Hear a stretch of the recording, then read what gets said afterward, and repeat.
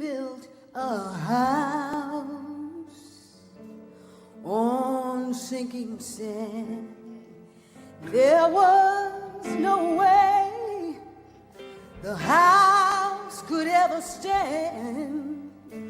And when the rain came down, he tried to hold things together.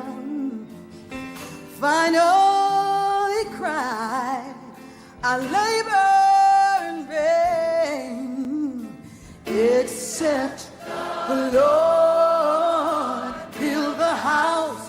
He that labors, he that labors, labors in vain. She knows the pain, the emptiness of getting those things that she thought were best. She found she had nothing but grains of sand that slipped through her fingers like time in an hourglass. She labored in the vain, except the Lord built her house. She that labors, she that labors in vain.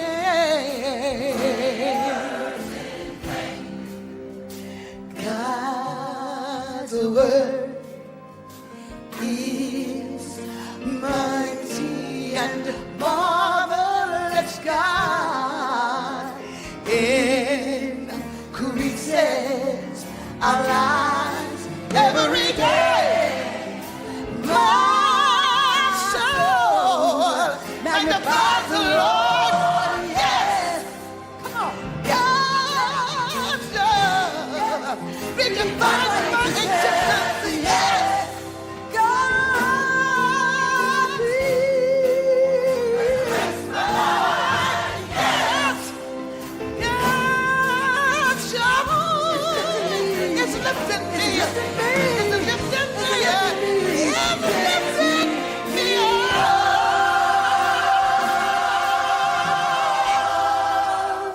God's will is just beyond our plans.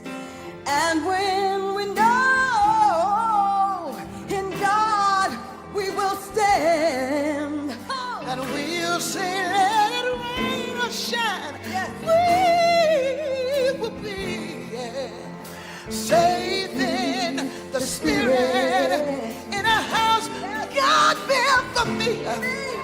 Don't labor in vain. Except the Lord built a house. He that labors, he that labors, don't labor in vain. Don't labor. The Lord except the Lord build the house. We don't labor. We don't labor. Don't labor, no. Don't labor, no. Don't labor in vain.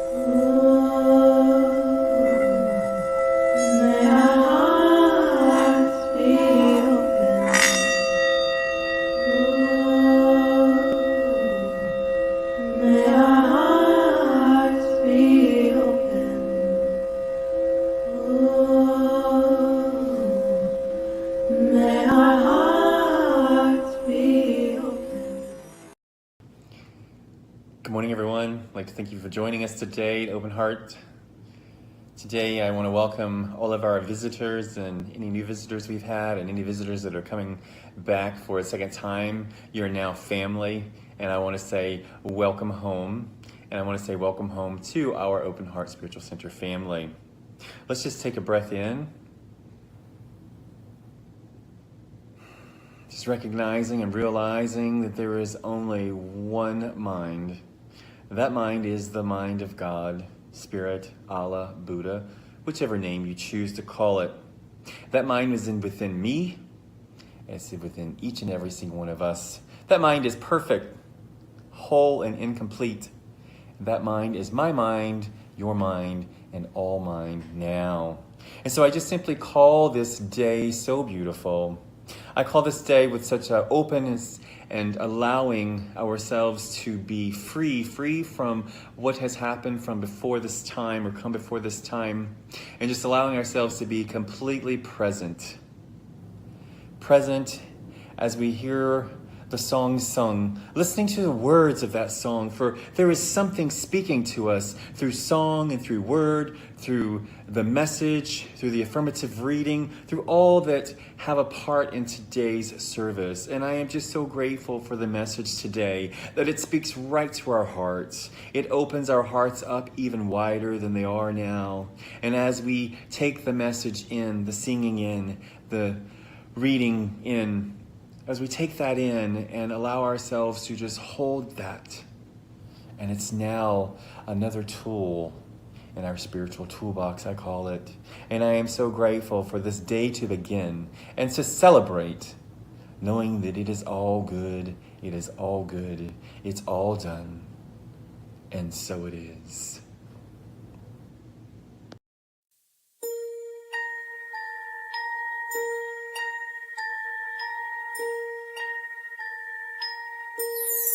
Come with me and you'll be in a world of pure imagination. Take a look and you'll see into your imagination. We'll begin with a spin, traveling in the world of my creation. What we'll see will defy explanation.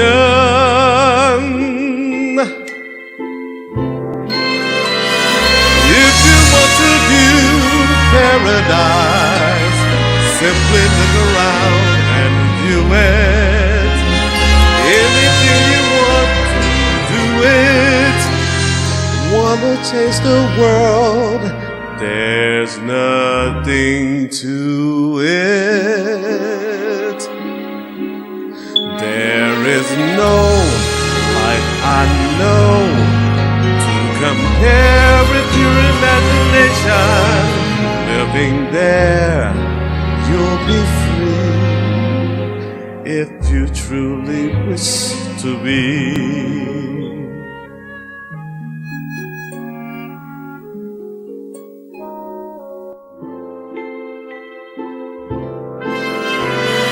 If you want to view paradise, simply look around and view it.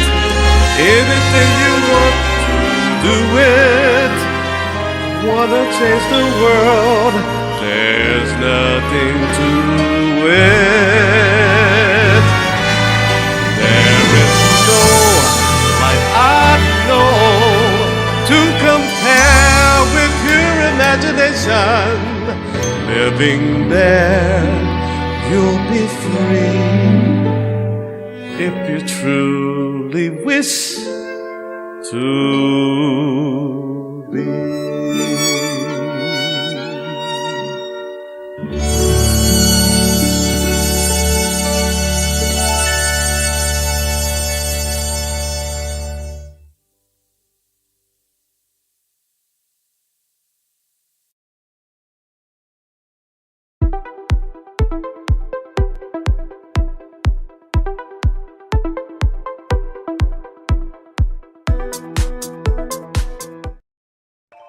What comes from the heart reaches the heart.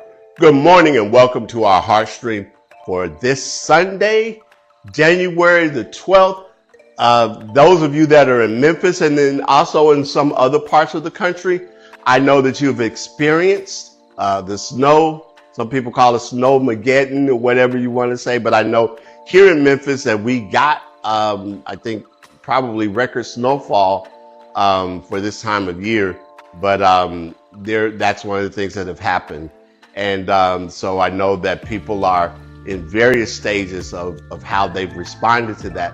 And I do want to say that there will not be the service at Unity Christian Church of Memphis today because of that. Even though things have cleared up in a lot of cases around the church, the parking lot, the walkways and everything else have not cleared up in the same way that it has in maybe some other places. And so out of concern and abundance of caution, the service will not take place there, but you've got our Heartstream. Also, we want to remember those people who are in California, the people who have been affected by the fires that are out there. Just watching it has just really been mind-blowing, the kind of devastation and loss that people are experiencing. And we want to send our hearts out to them. Also, there are some credible places that you can use to send financial gifts, make donations, and all of that. We continue to know them. And also we know that there have been other effects of the weather in various parts of our country. So we want to do that and to remember that. Now, did you know, and I have to admit, the thought had occurred to me a week or so ago, but so much was happening that I sort of forgot about it. But because of Gabriel Dixon, and I will say again, a huge shout out and thank you to Gabriel, who reminded me that today marks the 23rd anniversary of Open Heart Spiritual Center. Yes, that's right. The second Sunday in January in 2002, we held our first celebration, and we have been going strong ever since then. Thank you to all of you who have been a part of this journey, that in whatever way you have contributed to Open Heart, to our moving forward and being where we are today. I know a lot has changed. We're now virtual, but that is just, a lot of things have occurred over the years. That's a part of the life of a spiritual community. And I thank each and every one of you for being a part of this journey. Ask that you will continue with your support in terms of finances, but also your support in sharing this message, letting people know that we are here providing the links and all of the other things that help people to get a hold of this message. Because I believe, and I think there are those of you that agree with me, that there is something very powerful that is a part of this New Thought, Ancient Wisdom message that can help people and change people's lives.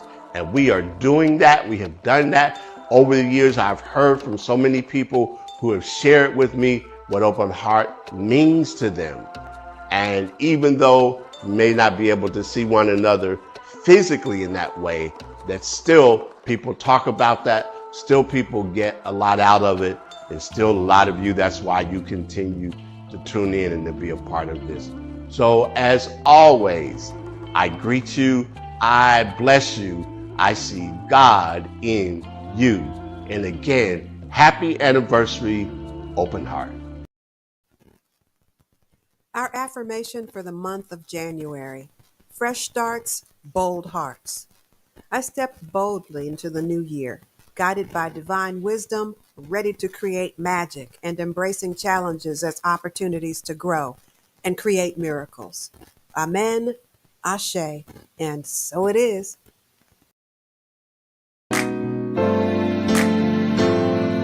Today is a day like no other day. Just think and you'll know that it's true. Days like today should be holidays. So I'm singing this message to you. Happy birthday to you. Happy birthday to you.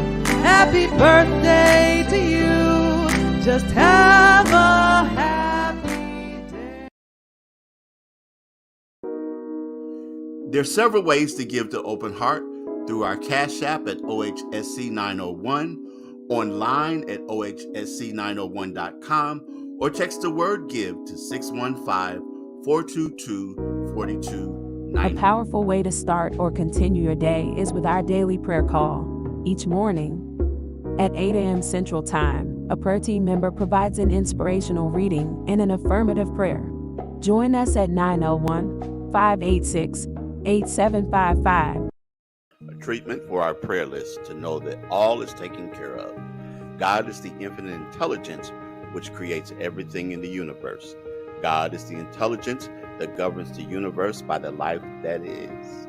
God is all things in expression. I know that I am one with the infinite intelligence, one with infinite abundance, wellness, and wholeness. And the same is true for each person on the prayer list. Just as God is love, I am that which is perfect love, wholeness, and the divine expression of love. And I know that the likeness of perfection that is found in the universe is found in each one. I know that there is only one God, being God all the time. And I operate from this knowing, and knowing that each and every one does as well. God is the director and animator of life itself. All things are taken care of. I further claim that God is always being truth, and God is always being love and wisdom. I see each one focusing attention in God, for in God all things are possible. I now stand witness to the truth of God, attending to it all. And just as God is truth, God is attending to each one's needs. I claim that God's grace is my sufficiency in all things now and forever. I rest in this truth. I am grateful to realize the power of this truth, grateful to allow the fullness of God to sustain each and every one throughout the day, throughout their mortal life into immortal life. Eternally, I give thanks and allow the love of the Christ consciousness to shine through. I'm grateful and thankful.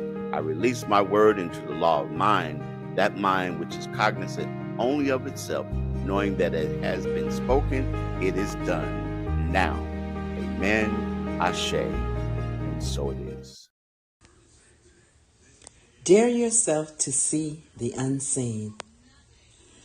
Within you lies every possibility, every capacity, and every resource you can imagine. You audaciously shine the light of uncommon bravery in the midst of common human circumstances. Boldly you respond moment by moment, being the light of love, strength, and wisdom in all that matters. Dare yourself to see what cannot be seen by human eyes, but exist as surely as the sun exists behind a cloud. Stretch your capacity to see the good that can be in troubling situations. Courageously champion goodness within yourself and others. See yourself in others, others in yourself, and the universe in us all. Light up dark places with your audacious capacities of unifying love and expectant faith. Amen, Ashe, and so it is.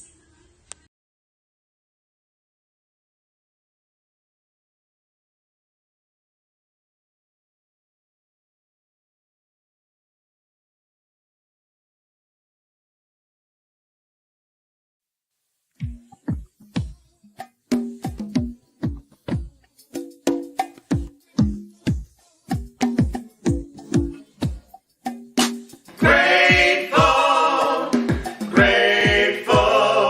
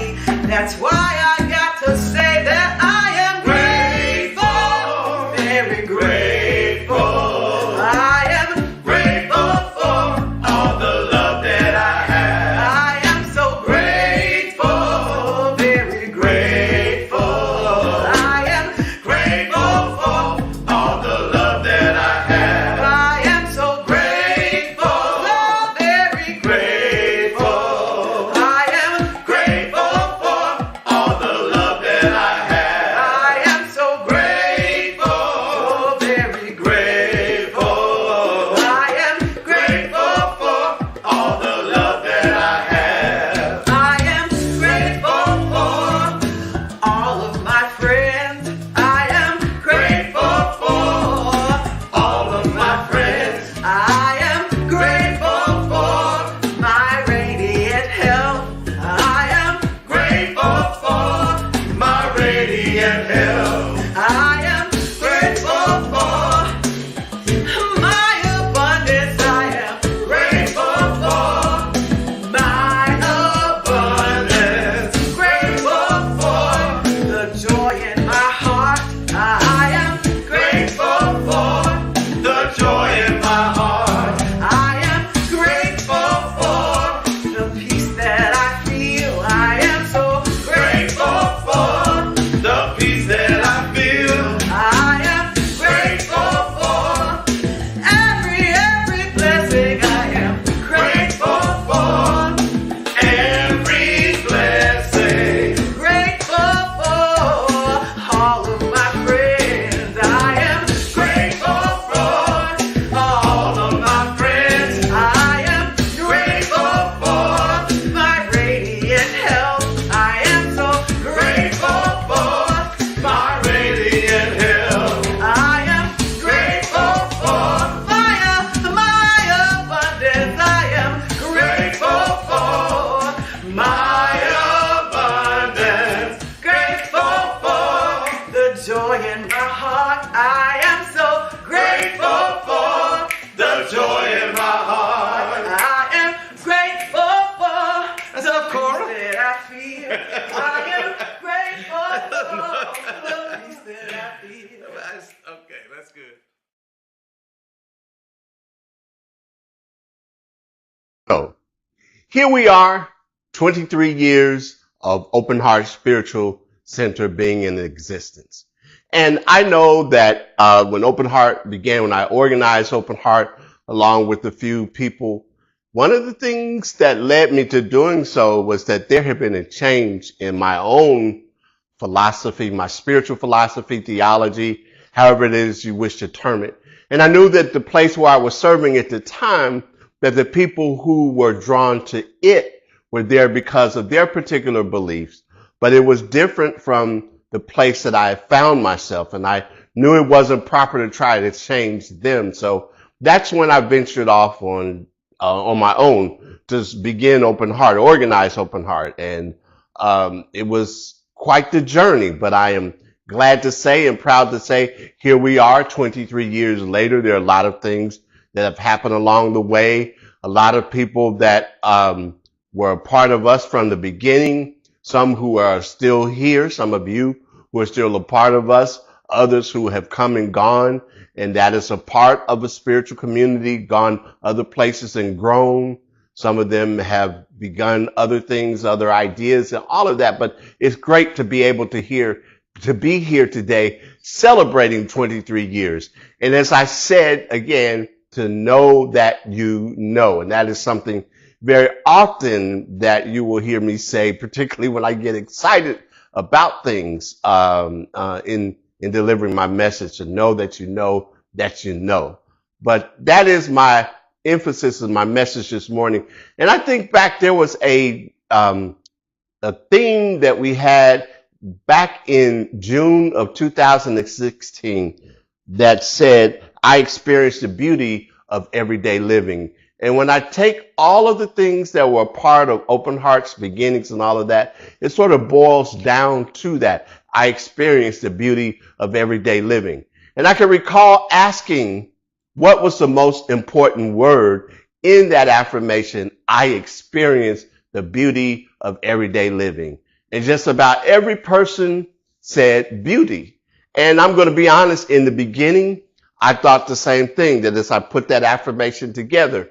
But as I reflected upon it and spent some time with it, the idea was that beauty was not the most important word in that affirmation, but the word experience. I experienced the beauty of everyday living. Experience, because experience is important because it is ultimately about us knowing and knowing that we know. And I know that I get that from, I think about years ago when I was having a conversation with my father. I know that I was in elementary school at the time, and I had declared that there was something that I didn't like. And I recall him asking me the question, well, you don't like it? Why don't you like it? And I couldn't really come up with a straight answer other than to say to him, well, because I've heard other people say that they don't like this particular thing. And he said, it's okay not to like something, but you ought to know for yourself why it is that you don't like it. And that has stuck with me over the years. And as I reflect upon that, and again, reflect upon the history and the years of Open Heart, again, I experienced the beauty of everyday living being the motivation for a lot of that. But behind that, understanding just how important the word experience is. Because after all, we have this wonderful teaching that is a part of who we are. And it's about experiencing that is important for us. And I think back again to 2016 and what was taking place at that time. Some of you may remember or may not remember, but we had Brexit that was in the news, and that was the United Kingdom making the decision to exit from the European Union. And there was a lot of controversy, a lot of things that went into that. And ultimately, though, after the vote had passed and they had the vote was in favor of withdrawing from the European Union, there were a lot of talk then about how detrimental that decision had actually been. And as they started to interview the average citizen there, they discovered that many of them, much to many people's surprise, didn't actually know what they were voting for. They didn't really examine or look at the consequences of what it was that they were voting for. They simply went based upon what some politician or what some news personality had said and had based it on that rather than looking and examining it for themselves. And boy, oh boy, how history repeats itself.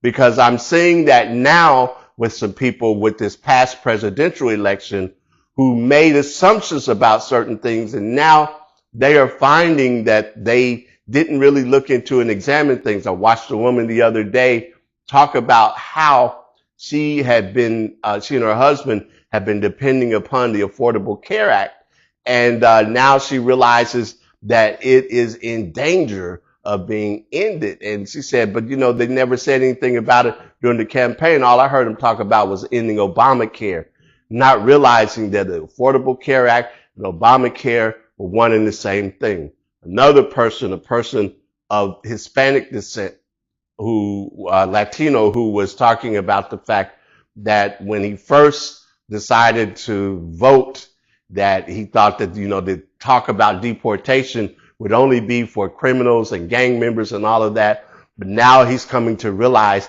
that he and his family members could be affected because in a lot of the rhetoric that's going about talking about this mass deportation, it doesn't discriminate between those kinds of individuals or anything.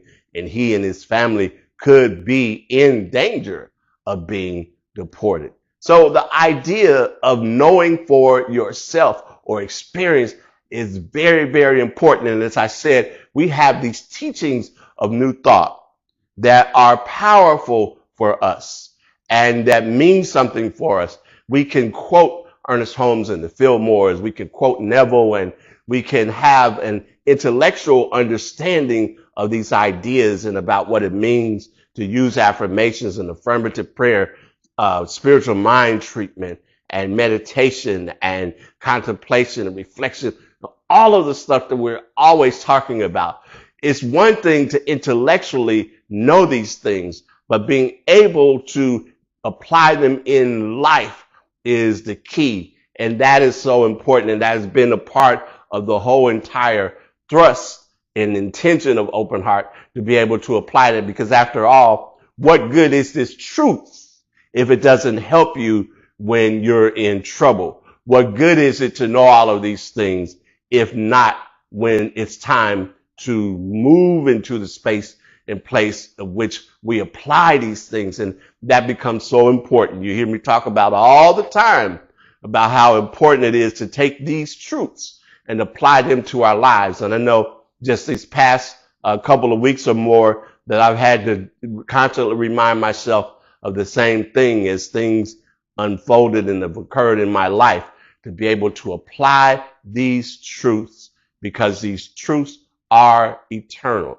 These truths are a part of the laws of the universe. And as a part of that, understanding that and continuing despite appearances, despite what else might show up, despite what might be going on, despite what the race consciousness might be. Remember, race consciousness is about the human race, about those things that people are saying and constantly circulating in terms of the kind of way in which people look at life, and all of that. Despite those things, there's a truth that endures, and about taking that truth and applying that truth in our lives, and just how vitally important it is to be able to experience the beauty of everyday living.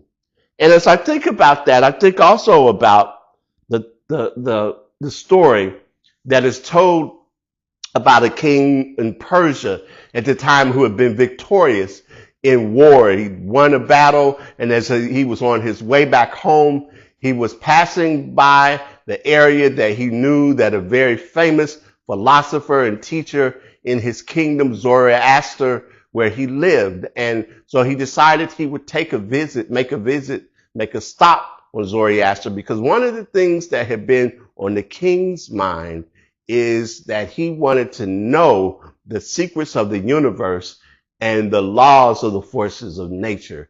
And he decided that if there was anyone who could answer that question for him, it would be Zoroaster. So he arrived at his home. He saw a man who was out in the garden, and he appeared to have other people who were around him as students who were listening intently to the things that he was saying. So he walked over to him. Of course, he had his retinue with him, and it was obvious he was the king, but he introduced himself and told him, "I'm a busy man. I'm on my way back to my palace, but I wanted to stop and ask you if you could just take just a moment to teach me what the secrets of the universe and the laws of the forces of nature are all about." Zoroaster was taken aback for a moment, but he decided that he would, use his wisdom to impart that to the king. And as he thought for a moment, he looked on the ground, he saw a grain of wheat, and he picked the grain of wheat up, and he said that this has been my teacher, and it now can be your teacher. And he handed it to the king, and the king looked at it, and he became angry because he thought Zoroaster was mocking him. And he threw it on the ground, and he said, "I don't have time to deal with this." He took his retinue, and they started to walk away and ride away.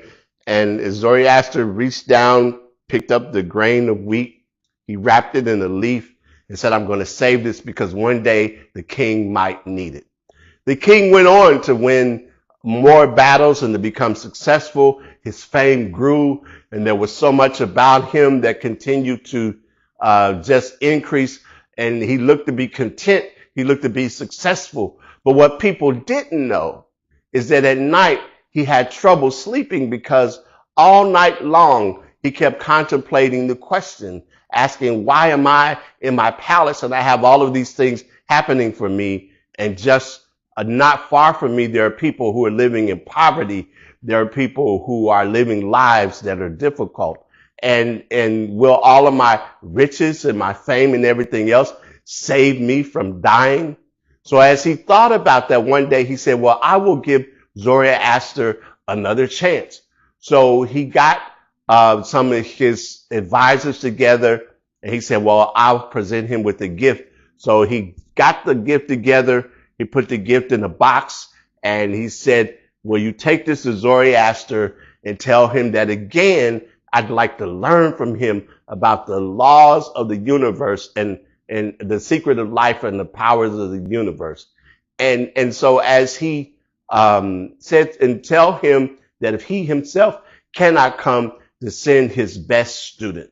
So the advisors went, they met with Zoroaster again, and they posed a question to him, the proposal that the king had, and he said that he was not going to come, he was not going to send his best student, but he took the leaf that he had wrapped that grain of wheat in, he put it in he gave it to them to carry back to the king, got back to the king asked where Zoroaster was. They explained to him he's not coming, he's not sending his student, but he sent you this.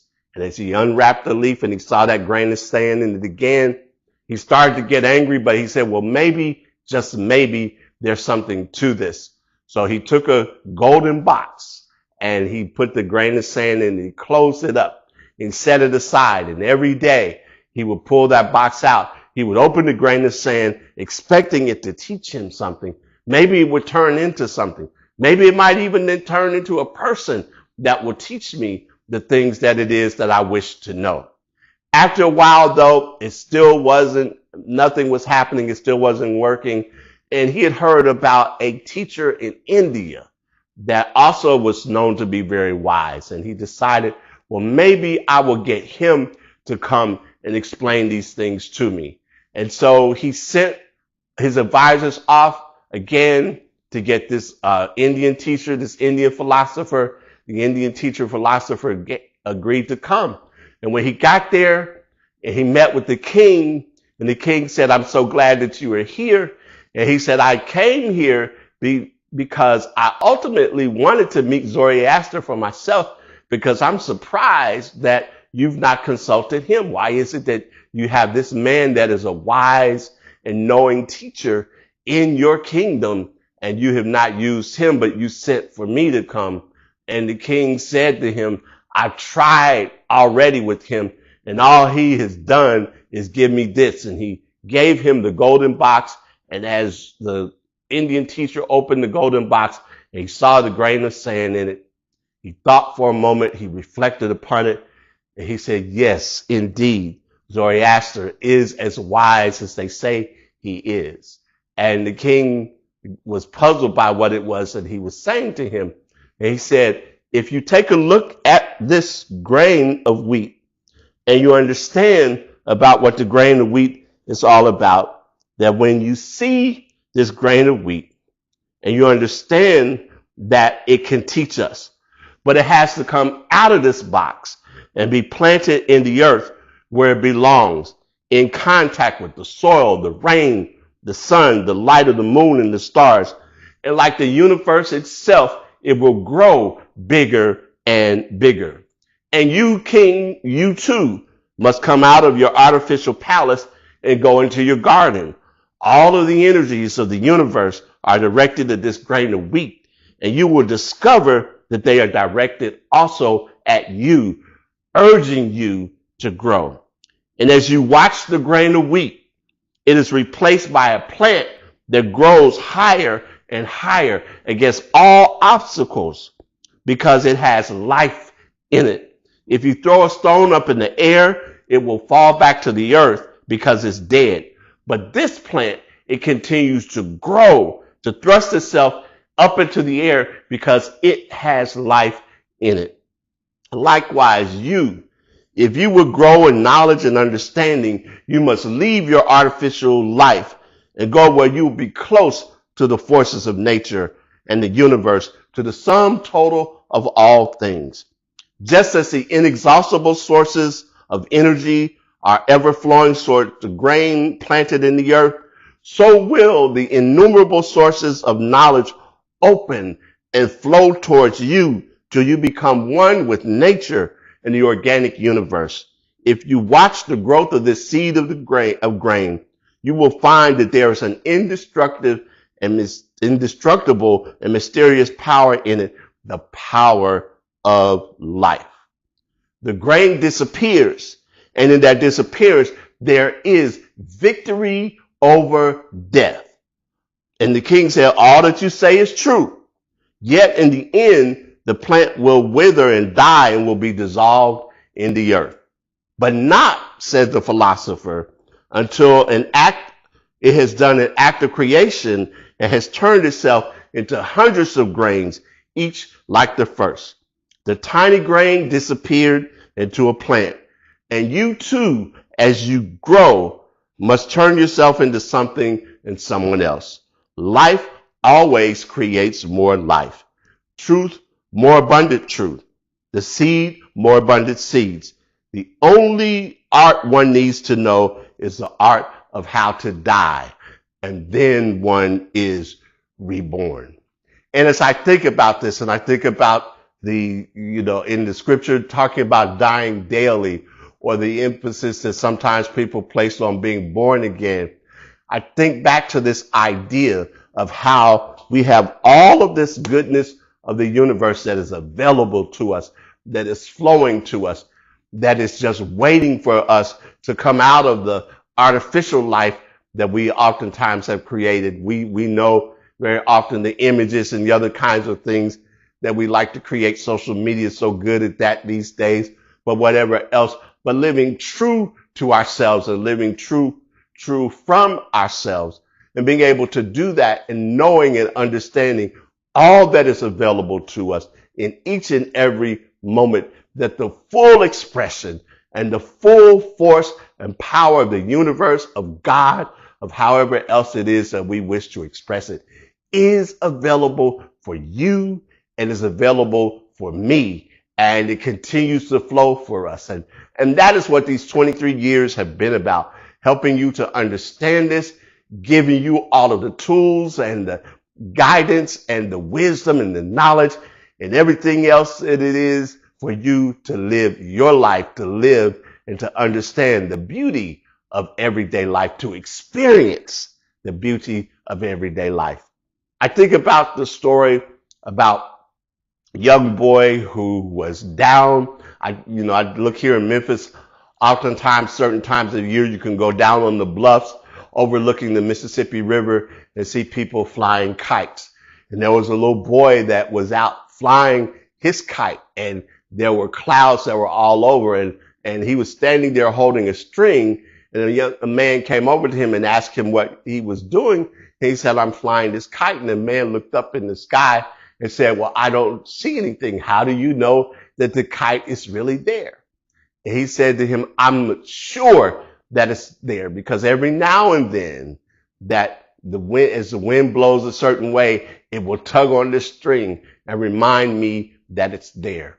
And in our journey, in this thing called open heart, this thing called life, that as you go through life, as there may be things that may sometimes obscure the truth, that there is that tug that is deep within that reminds you of just how connected you are, just how special you are, that you are indeed that unique, individualized expression of God.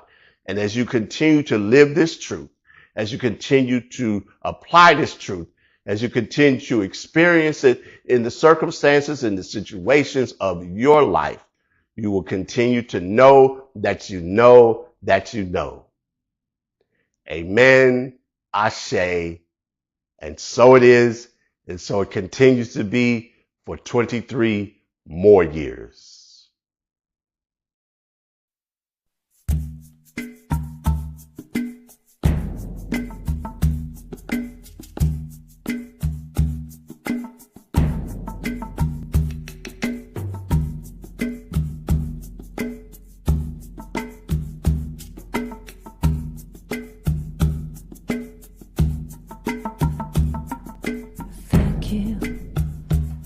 Say thank you, thank you.